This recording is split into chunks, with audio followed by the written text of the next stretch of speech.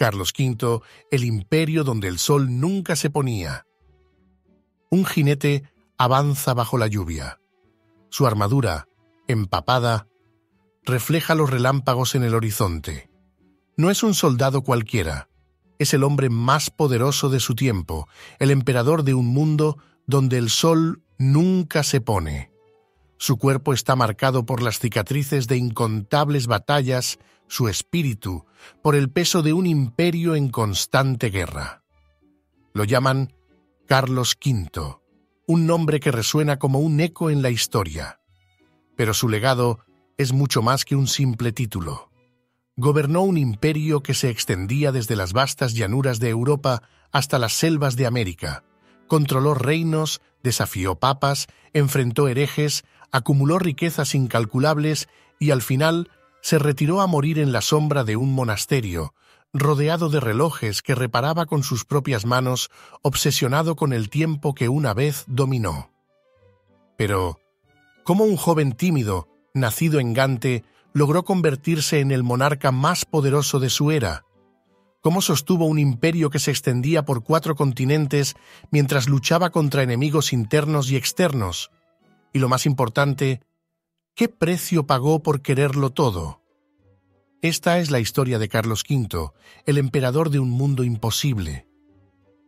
Cuando Carlos llegó a España en 1517, no fue recibido como un salvador. Todo lo contrario, era un extranjero. Había nacido en Flandes y apenas hablaba castellano. Su rostro, marcado por la prominente mandíbula de los Habsburgo, reflejaba juventud, pero también duda. A sus 17 años, heredaba un trono complejo, Castilla y Aragón, con sus territorios en América, el sur de Italia y las Islas Canarias. Pero eso no era todo. También heredaba los dominios de los Habsburgo en Austria y Borgoña, y lo más ambicioso de todo, la posibilidad de convertirse en emperador del Sacro Imperio Romano Germánico. Un sueño que, para muchos, era una pesadilla. La nobleza castellana no lo quería. Preferían a su hermano Fernando, criado en España. Pero Carlos tenía otros planes. Se rodeó de consejeros flamencos y exigió que lo reconocieran como rey sin siquiera hablar su idioma. El resultado fue una rebelión. Las comunidades de Castilla se alzaron contra él en 1520. Durante meses, la guerra civil sacudió el reino. Los comuneros, liderados por Juan de Padilla, Juan Bravo y Francisco Maldonado, luchaban por un gobierno más justo. Querían recuperar el control de su tierra, liberarla de consejeros extranjeros y devolver el poder a las cortes. Pero Carlos no estaba dispuesto a ceder.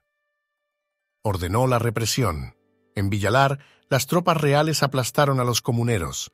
Sus líderes fueron ejecutados y el mensaje quedó claro. Este no era un rey que negociaba, era un emperador que imponía su voluntad. Sin embargo, Carlos aprendió una lección valiosa. Para gobernar España tenía que ser español. Despidió a muchos de sus consejeros flamencos, aprendió castellano y poco a poco ganó el respeto de su pueblo. Era solo el principio. Mientras Castilla ardía, en el norte de Europa, un monje encendía otra llama, Martín Lutero. Un simple profesor de teología que desafió la autoridad del Papa al clavar sus 95 tesis en la puerta de la iglesia de Wittenberg. Un acto de rebeldía que se convertiría en el mayor cisma religioso de la historia. Carlos, un católico ferviente, no podía permitirlo. En 1521 lo citó a la Dieta de Worms y le dio una oportunidad para retractarse. Lutero, firme en sus creencias, se negó, y el emperador lo declaró hereje y fuera de la ley. Pero en la realidad, detener la reforma protestante era más complicado de lo que parecía. Los príncipes alemanes encontraron en Lutero una excusa para desafiar la autoridad imperial.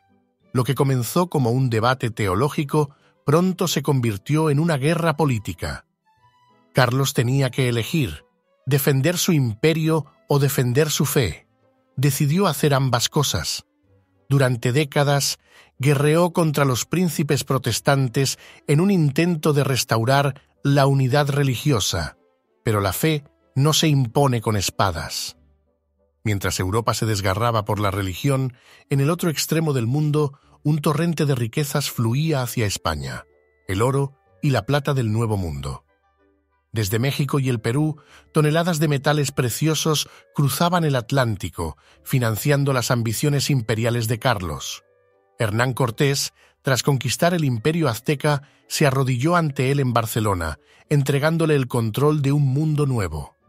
Francisco Pizarro, en un acto aún más audaz, derribó el imperio inca y envió su botín a Sevilla. Pero el oro, más que un regalo, fue una maldición. Carlos lo usó para financiar sus guerras interminables.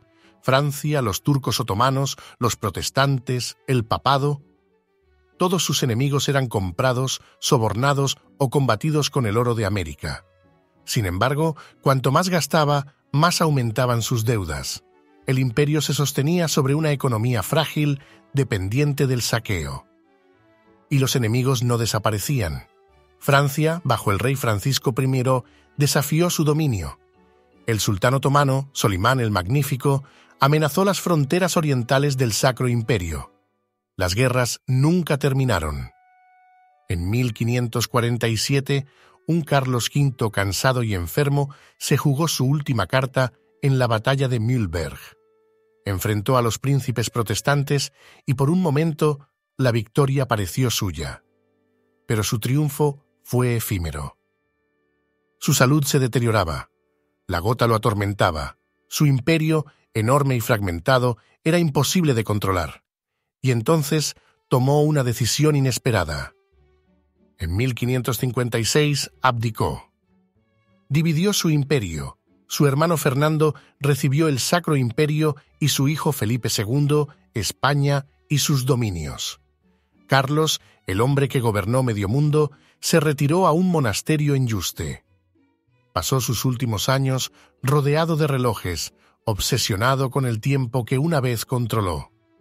Murió en 1558, no en un palacio, sino en la soledad de su celda. Carlos V no logró su sueño de una Europa unida bajo una sola fe y un solo gobierno. Su imperio se fragmentó, las guerras continuaron y la reforma protestante no fue derrotada, pero su legado cambió el mundo. Unió continentes, creó la base del siglo de oro español y dejó una huella imborrable en la historia. Si esta historia te ha transportado a los días de la gloria y el declive del imperio de Carlos V, deja tu like y suscríbete al canal. Cada suscripción nos ayuda a seguir explorando el pasado. Comparte este video con otros apasionados de la historia y dime en los comentarios, ¿crees que alguien podría volver a gobernar un imperio como el de Carlos V? Nos vemos en el próximo episodio. Y recuerda, la historia no son solo fechas, son las decisiones que moldearon el mundo.